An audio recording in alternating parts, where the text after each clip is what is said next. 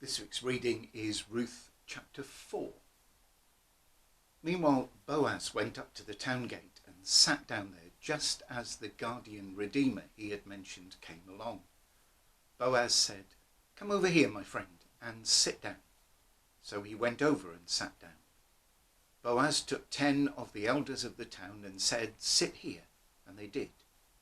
Then he said to the guardian redeemer, "Naomi, who has come back from Moab, is selling the piece of land that belonged to our relative Elimelech.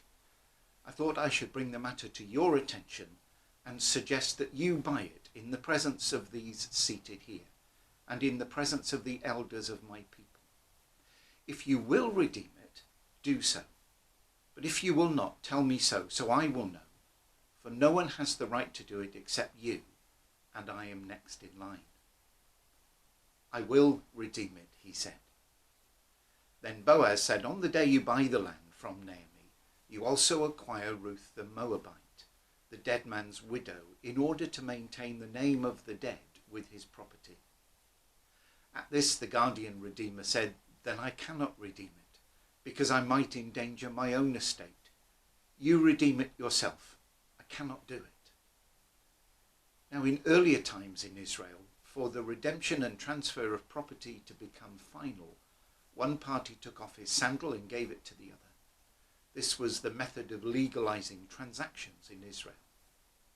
So the guardian redeemer said to Boaz, "Buy it yourself," and he removed his sandal.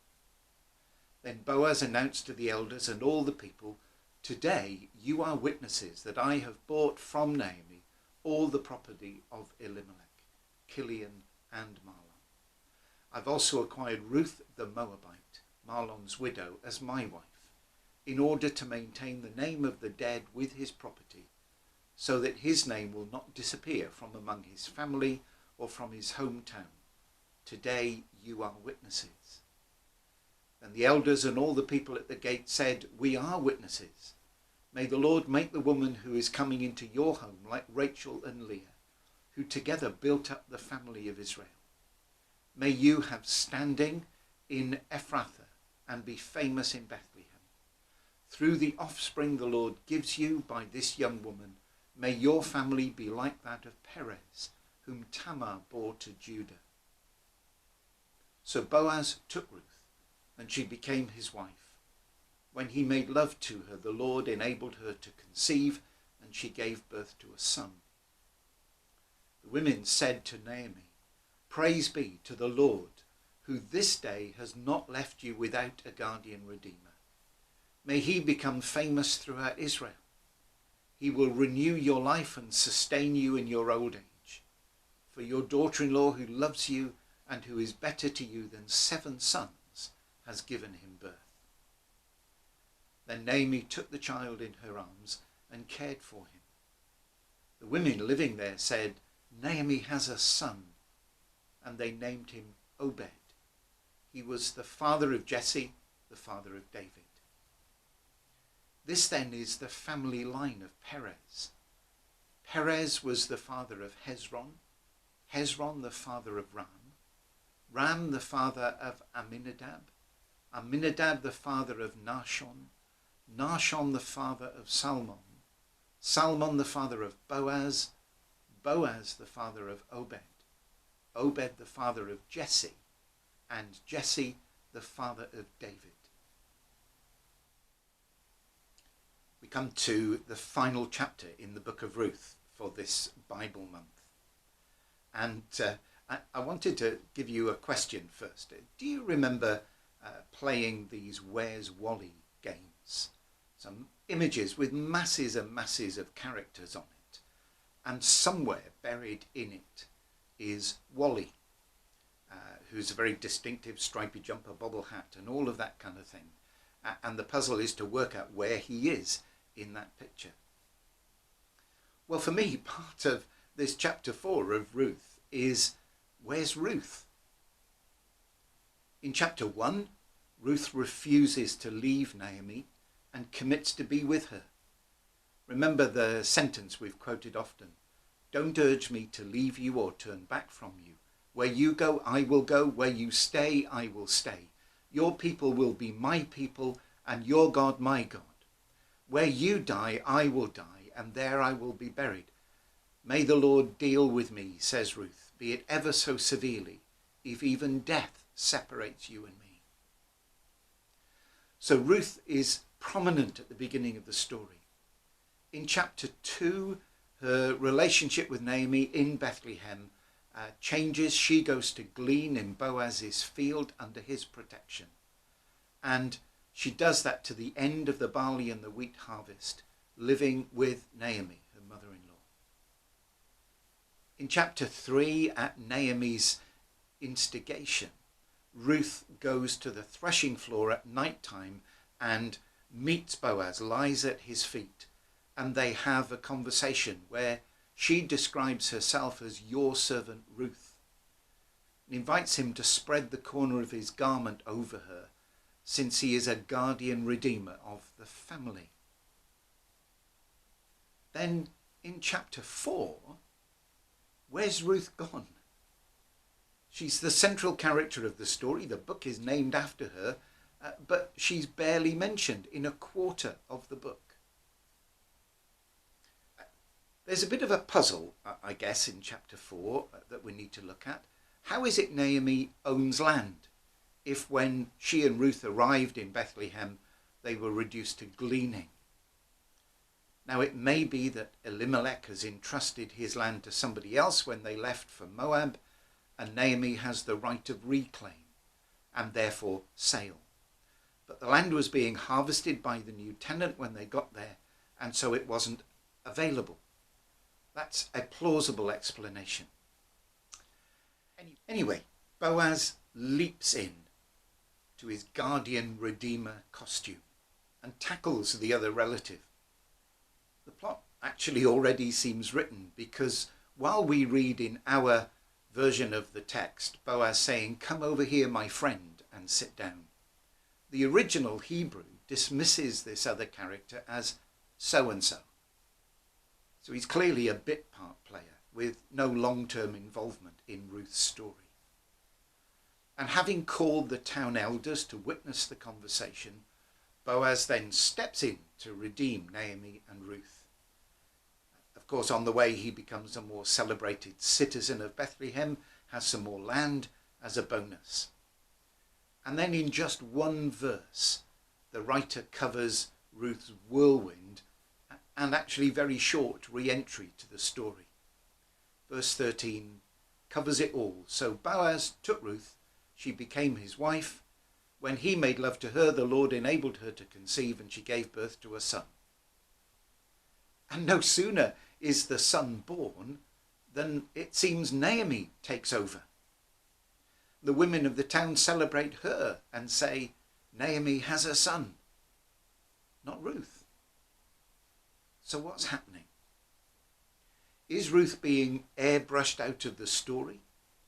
Is the story in the end a hymn of praise to Boaz, the man, the guardian redeemer, the superhero of the tale, leaping tall buildings, seeing off so-and-so and getting the girl? I suspect in reality there's something different, and maybe akin to Jesus likening the kingdom of God to yeast. And while Ruth has largely disappeared, her influence spreads through the whole story. She is the one who begins the possibility of survival and acceptance back into the Bethlehem community for Naomi with her declaration of loyalty. She is the one who goes out to work, finds food, takes them from near starvation to a consistent food supply. It's Ruth, the outsider, who models the customs of the Israelites in approaching Boaz.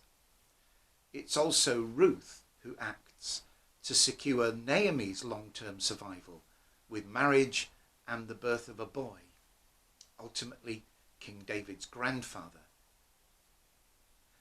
Of course, Moab shared some similarities in culture and language with Judah, but the Hebrew scriptures excluded Moabites from the company of faithful people because of their failure to welcome the Israelites when they wandered in the wilderness.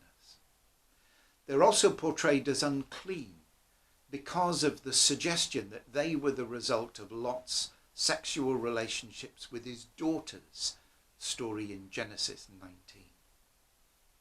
The book of Ruth, like the story of Esther, is concerned with survival as a foreigner. Like the women of Proverbs, the character Ruth is strange, wise, and capable. And like Genesis, the story focuses on relationships.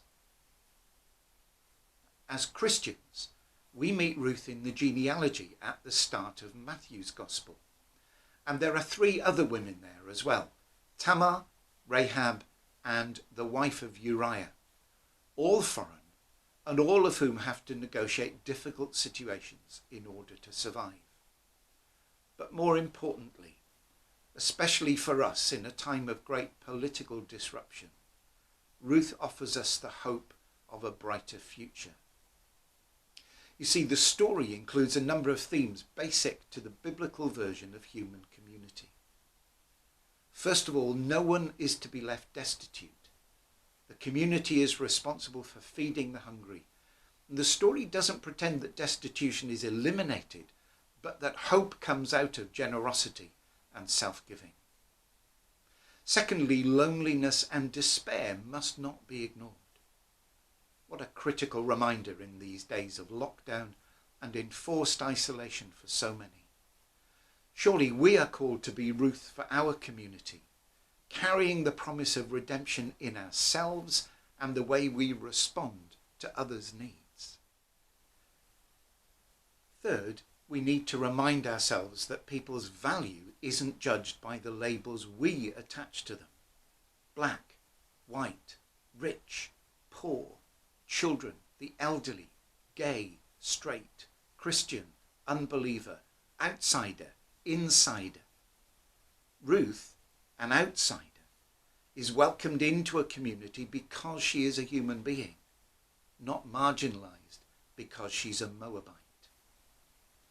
The story is a reminder that God's work is done through the loyalty and kindness of worthy women and men.